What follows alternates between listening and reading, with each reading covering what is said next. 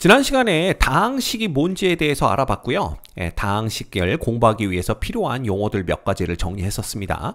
자, 이번 시간에는 다항식의 덧셈과 뺄셈에 대해서 알아볼 텐데요. 이 덧셈과 뺄셈을 쉽게 하기 위해서는 먼저 다항식을 정리할 필요가 있습니다. 그래서 다항식의 정리가 무엇인지 살펴본 다음에 다항식의 덧셈, 뺄셈에 대해서 알아보도록 하겠습니다. 자, 다항식의 정리 여기 읽어보시면 다항식은 동료항끼리 묶어서 간단히 표현한 후 다음과 같은 두 가지 방법으로 정리할 수 있다 이렇게 얘기를 하고 있어요. 그래서 그 두 가지 방법은 내림차순과 오름차순인데 이 내림차순이라는 건 뭐냐 하면 한 문자에 대하여 차수가 높은 항에서 차수가 낮은 항 순서로 정리하는 것입니다. 자, 이게 뭔지 잘 모르겠죠. 그래서 예를 들어드리면 여기에 다항식 2x제곱 플러스 xy 마이너스 y제곱 플러스 3x 플러스 2y 마이너스 5가 있습니다.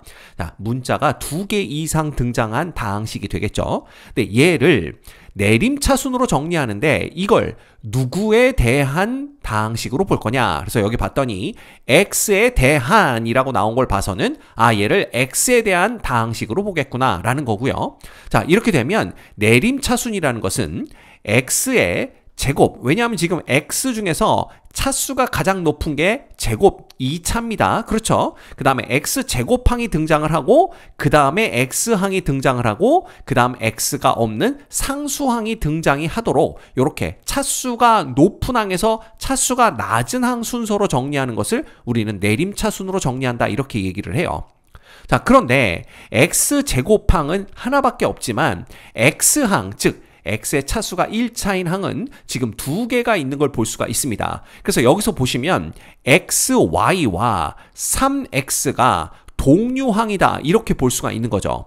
그래서 여기 보시면 동류항끼리 묶어서 간단히 표현해라 라고 했으므로 그렇다면 얘네 둘은 x로 묶어라 라는 뜻이 됩니다.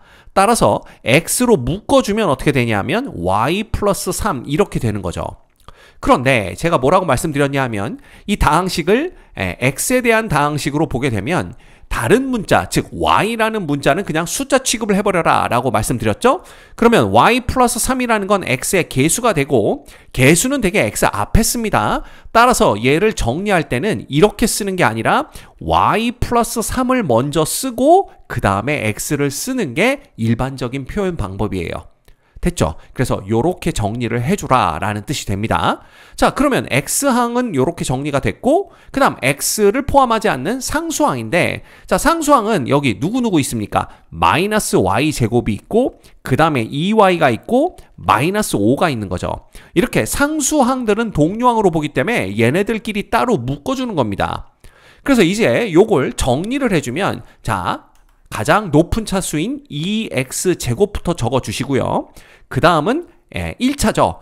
1차항 누굽니까? 우리 아까 정리했었습니다. y 플러스 3 곱하기 x 요렇게 적어주시면 되고요. 그 다음에 x를 포함하지 않는 것들 요것들 그대로 적어주시는데 마이너스 y제곱 플러스 2y 마이너스 5 뭐 이렇게 적어주셔도 되고요. 아니면 이 전체를 그냥 마이너스로 묶어서 y의 제곱 마이너스 2y 플러스 5 이렇게 표현해 주셔도 상관없습니다.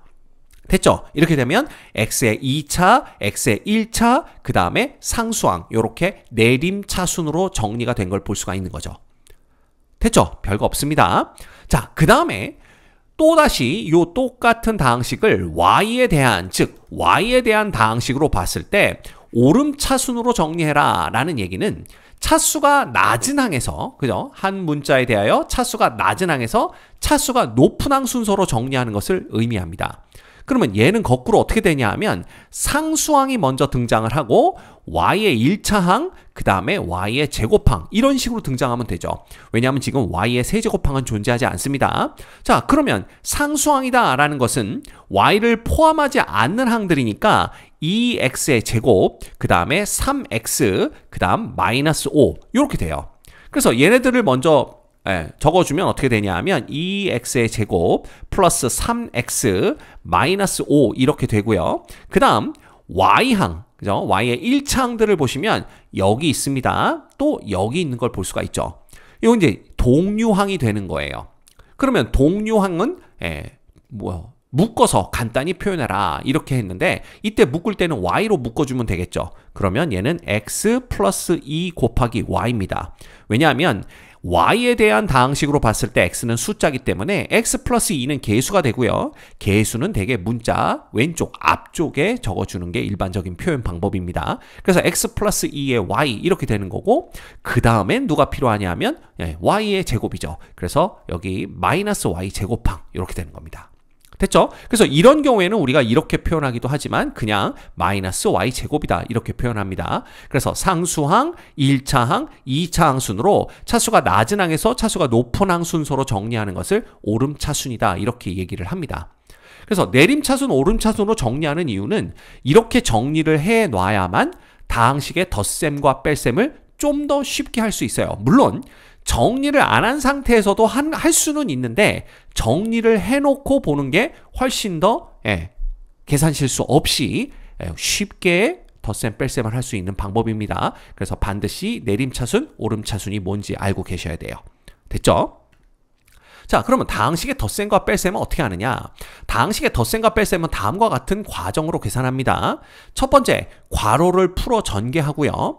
두 번째, 동료항끼리 묶어서 간단히 정리합니다. 이 간단히 정리한다라는 게 방금 전에 봤던 오름차순 또는 내림차순으로 정리를 한다라는 걸 뜻하고요. 세 번째, 뺄셈의 경우 항의 부호를 바꾸어 덧셈으로 계산한다. 이렇게 되어 있습니다. 자, 무슨 얘기인지 모를 때는 예를 보면 쉽겠죠. 그래서 우리가 요 예제를 같이 보도록 할게요. 자, 두 다항식 A, B가 이렇게 주어져 있을 때 이때 3A-B 요걸 계산해라 라는 건데 자, 1번부터 보시면 요거 3에 어떻게 쓸 수 있어요? A 대신에 2x의 제곱 마이너스 x 플러스 3 적어주시면 되고요. 그 다음 마이너스 b 대신에 마이너스 4x의 제곱 플러스 6x 그 다음 마이너스 5 이렇게 적어주시면 됩니다. 그래서 방금 전에 우리가 뭘 봤냐 하면 괄호를 풀어 전개를 해라 이렇게 1번에 되어 있었거든요. 그 괄호를 풀어라는 게 요거 얘기하는 겁니다. 그래서 괄호를 풀어서 전개해주면 얘는 6x의 제곱 마이너스 3x 플러스 9 되는 거고요. 그 다음 요렇게 전개하면 플러스 4x의 제곱, 그 다음 마이너스 6x, 그 다음에 뭐가 되는 거예요? 플러스 5가 된다. 이렇게 볼 수가 있는 거죠. 됐죠? 자, 그러면 이제 동류항끼리 묶어서 내림차순으로 정리를 한번 해보겠습니다. 그러면 x의 차수 중에 가장 높은 게 x에 대한 2차항들이죠. 따라서 2차항들끼리 묶으면 어떻게 되냐 하면 자 6x의 제곱, 4x의 제곱이니까 사실은 6 플러스 4의 x제곱 이렇게 묶으란 얘기인데 뭐 그렇게 안 해도 그냥 얘는 10배 x제곱 되는 거 우리가 쉽게 알 수가 있습니다. 그 다음 마이너스 3x, 마이너스 6x, x에 대한 1차항들, 동류항들끼리 묶어서 정리를 하는데 묶어봤자 이건 마이너스 9x 되는 걸 볼 수가 있고요. 그 다음에 9하고 5 상수항들끼리 동류항이죠. 그래서 요거 두 개 계산해 주시면 14 이렇게 되는 겁니다. 이 과정이 뭐냐 하면 바로 뭐가 되는 거예요? 여기서 말했던 동류항끼리 묶어서 간단히 정리한다. 그래서 지금은 우리가 x에 대한 내림차순으로 정리를 한 겁니다. 됐죠? 그 다음에 뺄셈 같은 경우에는 어떻게 하라 라고 되어 있냐 하면 항의 부호를 바꾸어 덧셈으로 계산한다. 이렇게 되어 있습니다. 그러니까 쉽게 말하면 사실은 마이너스 3x 마이너스 6x인데 이것들은 전부 다 플러스에 마이너스 3x 이런 식으로 계산을 하라 라는 뜻이에요. 근데 뭐 이게 이렇게 계산하는 거 굳이 이렇게 하지 않아도 마이너스 3x 마이너스 6x가 마이너스 9x 되는 건 우리가 알기 때문에 그냥 자연스럽게 계산해 주시면 됩니다. 됐죠? 그래서 이런 식으로 다항식의 덧셈과 뺄셈을 할 수가 있어요. 그 다음 두 번째 볼까요? 2번을 보시면 a-2b-3a-4b입니다. 물론 이 상태에서 a 자리에 2x제곱 빼기 x 플러스 3 대입하고 b 자리에 마이너스 4x제곱 플러스 6x 마이너스 5를 대입해서 풀어도 되겠지만 얘는 한번 정리해 줄 필요가 있습니다. a-2b고요. 그 다음 괄호를 여기서 먼저 풀어버리는 거죠. 그러면 마이너스 3a 플러스 4b 이렇게 되기 때문에 결국 우리가 구해야 되는 건 마이너스 2배 a 플러스 2배의 b가 된다라는 걸 알 수가 있습니다. 됐죠? 예. 자, 그러면 얘는 마이너스 2배의 이제 a 대신에 2x의 제곱 빼기 x 플러스 3 대입해 주시면 되고요. 그 다음 플러스 2배의 이제 b 대신에 마이너스 4x의 제곱 플러스 6x 그 다음 마이너스 5 요거 대입해 주시면 됩니다. 됐죠? 예. 자, 그러면 얘는 어떻게 되느냐? 이제 괄호를 풀어서 전개하죠. 마이너스 4x의 제곱 플러스 2x 마이너스 6 이렇게 되고요. 그 다음 마이너스 8x 그 다음 플러스 12x 됩니다. 마이너스 10 되는 걸 볼 수가 있네요. 그럼 얘도 내림차순으로 정리를 하면 자, 요 8x 제곱인데 제곱 빼먹었네요. 그러면 요거 x에 대한 2차항들 두 개 동류항이니까 묶어서 간단히 해주면 마이너스 12x의 제곱이 됩니다. 사실은 이런 것들 전부 다 플러스에 마이너스 8x 제곱으로 계산해라 뭐 이런 뜻이지만 굳이 이렇게 안 해도 되겠죠.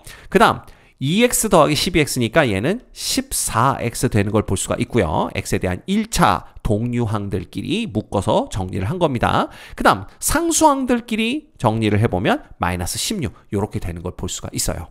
그래서 사실 덧셈과 뺄셈에 뭐 크게 어려운 게 없습니다. 문제될 게 없다라는 걸 볼 수가 있네요. 됐죠? 자, 그 다음 다항식의 덧셈에 대한 성질인데요. 예, 첫 번째 성질은 뭐냐 하면 교환법칙, 두 번째 성질은 결합법칙입니다. 그래서 교환법칙은 뭐 여러 번 봐서 다 알고 있을 거예요. 다항식 A에다가 다항식 B를 더하나 다항식 B에다가 다항식 A를 더하나 이 둘의 결과는 똑같다라는 게 교환법칙입니다. 그 다음 결합법칙은 A와 B와 C를 더하는데 A와 B를 먼저 더한 다음에 그 다음에 C를 더해주나 혹은 B와 C를 먼저 더한 다음에 그 다음에 A를 더해주나 관계없다. 결과는 똑같다라는 뜻이 됩니다. 이건 뭐 충분히 우리가 상식선에서 그렇게 되겠구나 라는 거 알 수가 있겠죠. 자, 그러면 이것도 관련 예제를 한번 풀어보시면 세 다항식 A, B, C가 이렇게 주어져 있습니다. 요거에 대해서 다음 등식이 성립함을 보이시오 그랬는데 자, 1번부터 볼까요? 좌변 계산해 보면 2x의 제곱 빼기 x 플러스 3이고요. 우변은 여기다 이제 덧셈입니다. 그러면 마이너스 4x의 제곱 플러스 6x 마이너스 5 이렇게 돼요. 그래서 이거 정리해 주시면 자 2차항부터 마이너스 2x의 제곱 되고요. 그 다음에 어떻게 됩니까? 플러스 5x 되는 걸 볼 수가 있습니다. 그 다음은 마이너스 2 이렇게 되죠. 요게 이제 1번의 좌변을 계산한 거고요. 우변은 b 플러스 a니까 마이너스 4x의 제곱, 그 다음 플러스 6x, 그 다음 마이너스 5 이것부터 더해주고 그 다음에 뒤쪽에 이제 a를 더해주는 겁니다. 2x의 제곱 마이너스 x 플러스 3이죠.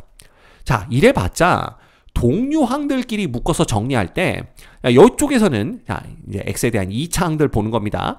2x제곱 빼기 4x제곱이었는데 여기는 마이너스 4x제곱 플러스 2x제곱이죠. 어차피 위에 거 x제곱으로 묶어주면 2 빼기 4 되는 거고요. 아래 거 x제곱으로 묶어주면 마이너스 4 플러스 2 되는 겁니다. 똑같죠. 그러니까 결국 마이너스 2x의 제곱이 돼요. 그래서 이렇게 되는 과정들을 본다면 왜 교환법칙이 성립하는지 상식 수준에서 우리가 금방 이해할 수가 있습니다. 그 다음 x의 1차항들 묶어주면 6x 빼기 x니까 이것도 5x 되는 걸 볼 수가 있고요. 그 다음에 마이너스 5 플러스 3 상수항들 계산해주면 요거 역시 마이너스 2 되는 걸 볼 수가 있습니다. 결국 a 플러스 b를 하나 b 플러스 a를 하나 결과가 똑같다라는 걸 확인할 수가 있죠. 됐죠?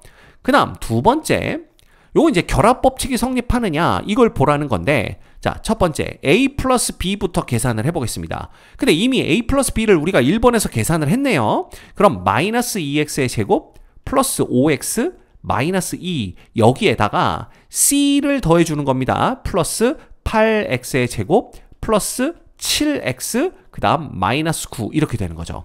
그럼 요거 계산해주면 자 2차항들 마이너스 2x제곱 플러스 8x제곱이니까 6x제곱 되는 거고요.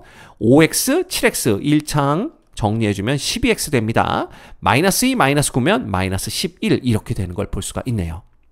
자, 그러면 우변은 이제 a에다가 a를 여기다 적어줄까요? 2x의 제곱 마이너스 x 플러스 3 되는 거고요. 그 다음 b 플러스 c인데 이거 그냥 여기서 한번 계산해 보겠습니다. 그러면 마이너스 4x제곱에 8x제곱이니까 4x제곱 이렇게 되는 거고요. 6x 7x니까 플러스 13x 됩니다. 그 다음 상수항 마이너스 5, 마이너스 9니까 마이너스 14. 요게 누구냐 하면 b 플러스 c죠. 그럼 이걸 이제 여기에 더해주면 되는 거예요. 그래서 4x의 제곱 플러스 13x 마이너스 14 이거 해주시면 자 이제 2차항 동류항들끼리 계산해주면 6x 제곱 되는 거고요. 그 다음 마이너스 x 플러스 13x니까 플러스 12x 됩니다.